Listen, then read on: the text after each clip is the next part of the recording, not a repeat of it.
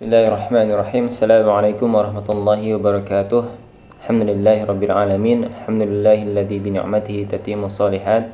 Allahumma shalli ala Muhammad wa ala alihi wa sahbihi ajma'in.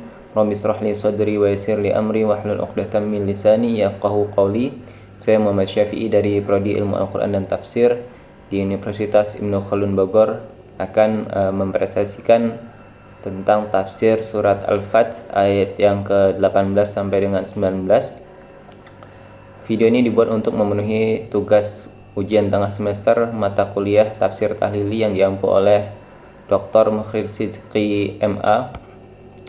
Pembahasan kali ini dimulai dengan mengetahui sebab atau asbabun nuzul ayat ini ya. Ayat ini turun diawali dengan niat ya Nabi SAW bersama rombongan kaum muslimin untuk melaksanakan umrah ya. Namun di riwayat yang lain mengatakan haji ya, karena persiapannya yang luar biasa, membawa hewan segala macam untuk persiapan haji dan tertahan di Hudaybiyah ya. Pada saat itu tahun ke-6 Hijriyah. Ya, karena dihalangi oleh kaum Quraisy pada saat itu. Ya, lalu Rasulullah SAW mengutus beberapa utusan ya. Utusan pertama untuk meminta izin kepada Quraisy Mekah adalah Karsy bin Umayyah Al-Khuzai bersama unta Nabi SAW yang bernama As-Sa'lab. Di utusan pertama ini gagal menegosiasi dengan kaum Quraisy Mekah. Kemudian utusan yang kedua ya, Rasulullah SAW mengutus Utsman bin Affan ya.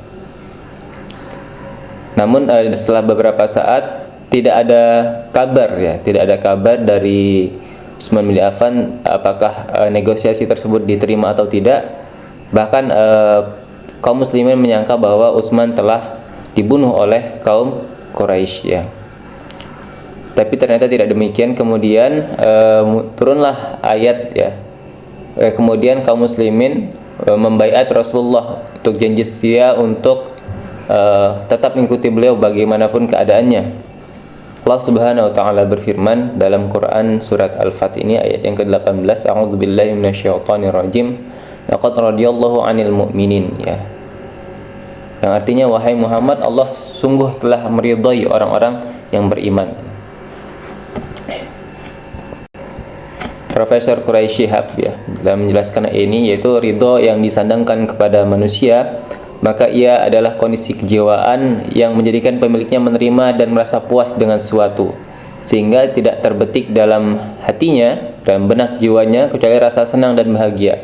Ridho Allah adalah merupakan limpahan karunia-Nya yang melebihi karunia surga ya. Jadi ini merupakan anugerah yang sangat besar yang diberikan oleh Allah kepada kaum muslimin pada saat itu, yaitu memberikan ridhonya Allah kepada mereka. Idh yubayyi'unaka tahta syajarah ya. Ketika mereka berbaiat kepadamu di bawah pohon ya. Ini baiat yang dilakukan para sahabat ketika mendengar kabar tidak mendengar kabar dari Utsman bin Affan.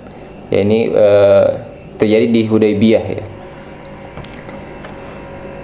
Fa'alima ma fi qulubihim ya. Tuhanmu wahai Muhammad mengetahui apa yang ada di dalam hati mereka, yaitu orang-orang dari kalangan mukminin, dari kalangan sahabat yang berbaiat di bawah pohon tersebut ya, berupa kejujuran niat, kesetiaan terhadap apa yang mereka baiatkan kepada Rasulullah SAW dan kesabaran bersama Rasulullah SAW.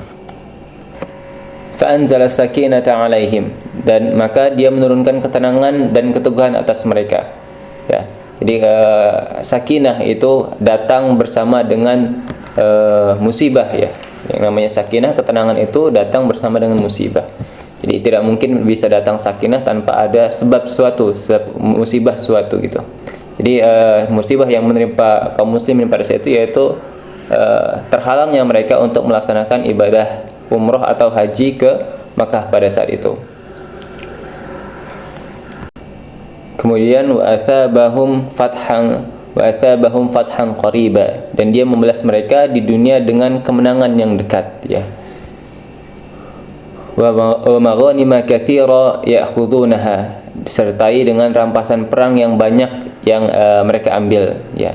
Jadi fathan qariba ini maksudnya adalah penaklukan yang dekat, itu adalah penaklukan Khaybar ya, yaitu peperangan ketika melawan orang-orang Yahudi di Khaybar. Dan harta-harta tadi yang disebutkan tadi, harta rampasan perang atau ghanimah, itu adalah harta dari orang-orang Yahudi Khaybar. Wa kana Allahu azizan hakima. Allah Maha perkasa dan membalas dendam kepada mereka. Dalam membalas dendam kepada mereka, baru hakima, maha bijaksana dalam mengatur suatu sesuai dengan kehendak dan ketetapannya. Kemudian pada ayat yang ke-19 ya, Allah berfirman wa'adadakumullahu maghanima katsiran ta'khudunaha. Jadi diulangi lagi janji Allah berupa harta rampasan perang yang banyak. Ya, diulang lagi kedua kalinya, maksudnya harta rampasan perang yang mana? Ya, maksudnya itu adalah setiap rampasan perang yang Allah berikan kepada orang-orang mukmin dari harta orang-orang musyrik sejak ayat ini diturunkan melalui lisan Nabi sallallahu alaihi wasallam sampai dengan hari kiamat ya. Fa'ajjala lakum hadhihi. Ya, Allah mengabarkan bahwa Dia menyegerakan ini untuk mereka. Maksudnya menyegerakan mendapatkan harta rampasan perang. Ini penaklukan Khaybar itu adalah yang paling disegerakan oleh Allah bagi mereka, karena itu rampasan perang yang mereka peroleh paling dekat setelah baiat Ridwan yang terjadi di Hudaybiyah tadi. Jadi maghanim yang dimaksud pada ayat di ke-18 ini maksudnya adalah harta rampasan dari perang Khaybar. Kemudian maghanim atau rampasan perang yang dimaksudnya itu ya setelahnya, yaitu setelah penaklukan Khaybar, yaitu harta-harta perang yang didapat setelah itu ya di perang-perang berikutnya. Kemudian Allah melanjutkan wa kafa aydiyan nasi ankum ya. Allah menahan tangan orang-orang musyrik dari kalian ya. Siapa yang Allah tahan tangan mereka ya? Maksudnya orang-orang Yahudi yang untuk mencelakai keluarga yang di Madinah ya. Kemudian yaitu yang Allah tahan bala bantuan Yahudi di perang Khaybar. Kemudian kafir Quraisy dari menyerang muslimin di Hudaybiyah. Ya, karena pada saat itu memang kaum muslimin tidak membawa peralatan perang sebagaimana persiapan untuk perang ya, karena memang niatnya untuk ibadah haji dan hanya membawa peralatan secukupnya ya. Misalnya hanya untuk membawa peralatan untuk menyembelih hewan kurban seperti itu. Kemudian walitakuna ayatan lil mu'minin, dan agar itu menjadi tanda-tanda pelajaran bagi orang-orang yang beriman kepadanya. Jadi pelajaran bagi orang-orang yang setelahnya ya.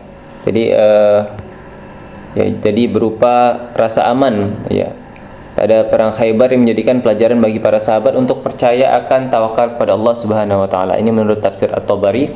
Kemudian keimanan tersebut menguatkan rasa optimis terhadap terkabulnya mimpi Rasulullah SAW untuk kaum muslimin memasuki Masjidil Haram pada tahun berikutnya. Kemudian wa yahdiyakum siratan mustaqima, dan Dia membimbing kalian kepada jalan yang tidak ada kebengkokan, jalan yang lurus ya. Yang dimaksud yahdiyakum di sini ya, yaitu ketaatan dan kesetiaan yang sahabat miliki adalah hasil dari petunjuk Allah Subhanahu wa taala. Maka mereka percaya akan petunjuk Allah dan akan membawa hasil yang baik ya. Terbukti di tahun setelahnya terjadi Fathul Mekah, yaitu ya, ketika mereka memasuki Mekah bahkan menaklukkan kota tersebut ya. Kemudian ibrah dan manfaat yang bisa kita ambil dari ayat yang telah disebutkan di atas, yaitu jika dikontekstualisasikan dengan masa sekarang, yaitu keikhlasan hati ya. Keikhlasan hati dan ketaatan kepada Allah dan Rasulnya mendatangkan limpahan karunia di dunia dan akhirat ya. Walaupun seisi dunia membuat kita merasa sempit ya, tapi jika keikhlasan hati dan ketaatan kepada Allah dan Rasulnya akan mendatangkan kelapangan bagi kita. Kedudukan khusus di sisi Allah, kemudian kedudukan khusus di sisi Allah hanya didapatkan oleh orang yang Allah ridhoi ya. Jadi banyak orang yang kita lihat mungkin bergelimangan harta, mendapatkan kesenangan dunia seperti itu, akan tetapi kehidupannya bisa dilihat jauh dari kata bahagia. Karena apa? Karena memang kedudukan khusus di sisi Allah ya. Kebahagiaan yang hakiki itu ketika seorang bisa bertakwa kepada Allah Subhanahu wa taala.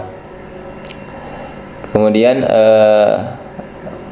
yang ketiga yaitu rasa aman termasuk kebutuhan utama manusia sehingga disandingkan dengan limpahan karunia besar lainnya. Jadi kita di Indonesia berada di negeri yang aman ya, merupakan suatu yang karunia yang sangat-sangat besar bagi umat Islam dan harusnya menjadi bahan kita untuk selalu berpikir dan bersyukur atas nikmat yang telah Allah berikan tersebut.